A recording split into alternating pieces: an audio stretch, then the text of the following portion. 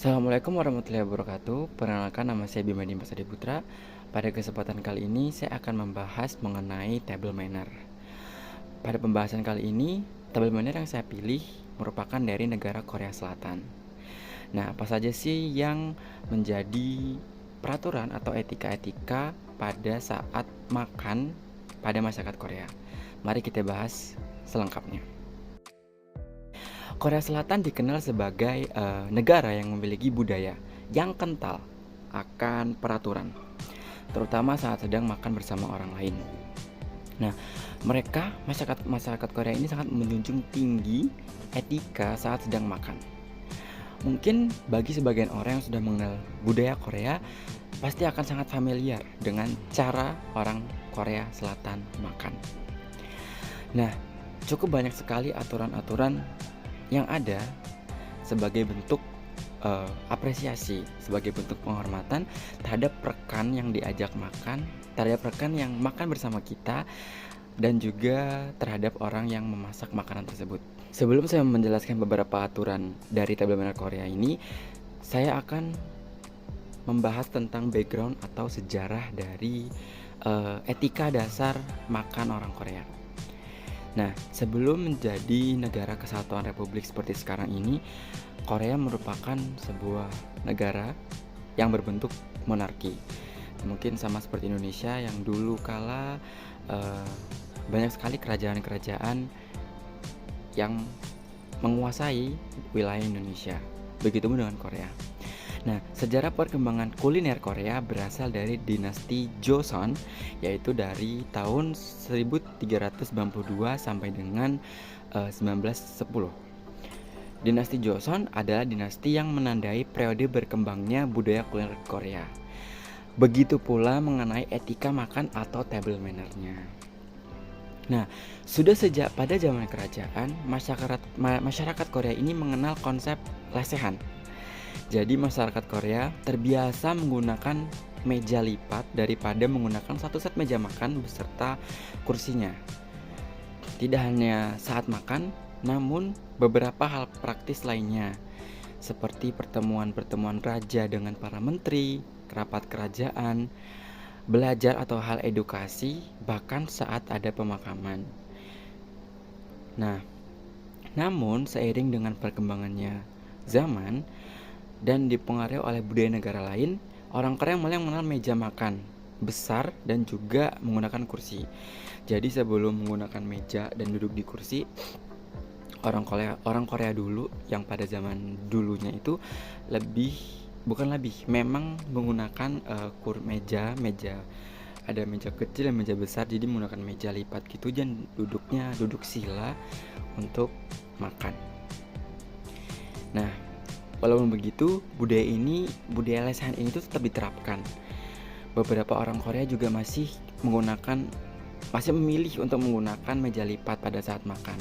Bahkan pada zaman sekarang pun banyak sekali restoran dan tempat makan yang masih menggunakan konsep lesehan ini. Jadi untuk di restoran sendiri biasanya menggunakan, kalau untuk mungkin sama seperti di Indonesia, menggunakan meja panjang gitu untuk lesehan. Disesuaikan dengan beberapa orang yang makan di situ sih. Jadi jika memang orangnya banyak, seperti kolega-kolega kantor itu akan menggunakan meja yang panjang. Pada saat perjamuan makan, orang Korea akan menghidangkan banyak sekali hidangan selain daripada hidangan utama itu sendiri. Hidangan ini disebut dengan banchan atau side dish, atau juga di Indonesia dikenal sebagai lauk pauk. Nah, setiap kali makan setidaknya akan ada 3-5 jenis banchan yang akan dihidangkan. Bahkan untuk restoran sendiri, banchan ini bisa diambil suka hati atau istilah refill. Jadi kalau habis kita bisa mengambil lagi banchan yang disediakan oleh pihak restoran. Nah, salah satu jenis banchan yang paling terkenal yaitu adalah kimchi. Jadi ada istilah di mana orang Korea itu tidak bisa makan kalau nggak makan kimchi. Lalu untuk peralatan makan, orang Korea terbiasa menggunakan peralatan makan yang berbahan stainless atau logam. Peralatan makan ini disebut dengan sujo, yaitu singkatan dari sokkarak dan cokkarak. Sokkarak itu untuk sendok dan cokkarak itu untuk sumpit. Nah, Dua peralatan makan ini terbuat dari bahan logam. Nah, peralatan ini sudah digunakan sejak zaman dulu. Bukan tanpa alasan mengapa orang Korea ini menggunakan alat makan ini. Nah, alat makan berbahan logam ini digunakan karena bisa mendeteksi adanya racun di dalam makanan. Nah, sejarah penggunaan sumpit dan sendok logam ini dimulai pada periode Baekje sekitar 18 Masehi hingga tahun 660. Pasalnya, warna perak pada logam itu akan berubah jika bersentuhan dengan racun kimia. Nah, ini mungkin sebagai bentuk apa ya, kan kalau zaman dulu itu kan banyak sekali yang namanya perselisihan, perebutan tahta kerajaan di Korea. Jadi cara untuk menyingkirkan lawan adalah dengan meracun lawan gitu. Jadi dibuatlah peralatan stainless ini untuk mendeteksi apakah ada racun di makanan yang disediakan untuk raja, untuk petinggi kerajaan atau tidak. Lalu selanjutnya saya akan membahas beberapa peraturan yang ada pada saat perjamuan makan atau table manner di Korea. Yang pertama, dahulukan yang lebih tua atau yang memiliki jabatan lebih tinggi. Nah, mungkin sama halnya dengan di Indonesia, yang mana mewajibkan untuk mempersilahkan orang tua lebih dahulu. Di Korea Selatan juga sangat menjunjung tinggi orang tua untuk terlebih dahulu duduk, baru setelah itu orang-orang yang lebih muda itu menyusul untuk duduk. Nah, jika di lingkungan kerja, orang Korea sering memiliki acara makan malam bersama rekan-rekan kerja. Jadi setelah pulang kerja atau hari-hari tertentu, mereka akan mengadakan acara makan. Nah, di situasi ini biasanya orang yang memiliki pangkat lebih tinggi itu yang dipersilahkan duduk terlebih dahulu. Nah, begitupun ketika akan memulai makan. Jadi ketika yang dituakan atau yang memiliki jabatan lebih tinggi belum memulai makan, orang yang lain, orang yang lebih muda atau yang memiliki pangkat lebih rendah itu tidak boleh memulainya lebih dulu. Jadi ketika orang yang tua mulai makan, baru yang lain mengikuti. Poin yang kedua, tidak berbicara saat mengunyah makanan. Mungkin beberapa negara juga menerapkan hal ini karena ketika kita mengunyah sedang ada makanan di mulut lalu berbicara akan dirasa tidak sopan, dan hal ini cukup mengganggu juga untuk beberapa orang. Jadi sebaiknya tidak berbicara saat sedang mengunyah makanan. Lalu posisi alat makan dan hidangan. Nah, posisi alat makan dan hidangan saat makan di Korea juga diperhatikan. Seperti contoh, ketika ada makan sup, makanan berupa sup ini akan diletakkan di samping kanan sebelah nasi. Jadi tidak boleh diletakkan sebelah kiri. Begitupun juga dengan posisi peralatan, yaitu sendok dan sumpit akan diletakkan di sebelah kanan nasi. Begitu. Nah, selain itu tidak boleh, jadi ketika sudah diletakkan di meja, kita tidak boleh mengangkat mangkok yang digunakan. Jadi berusaha untuk tetap berada di meja. Jadi istilahnya tuh bukan makanan yang menghampiri, tapi kita yang menghampiri makanan gitu. Jadi tetap stay di tempat, jadi tidak boleh diangkat. Itu dianggap tidak sopan di Korea kalau sampai mengangkat tempat makan. Lalu yang keempat ada tidak boleh menancapkan sumpit di nasi. Jadi biasanya orang Korea itu kan beda dengan Indonesia ya.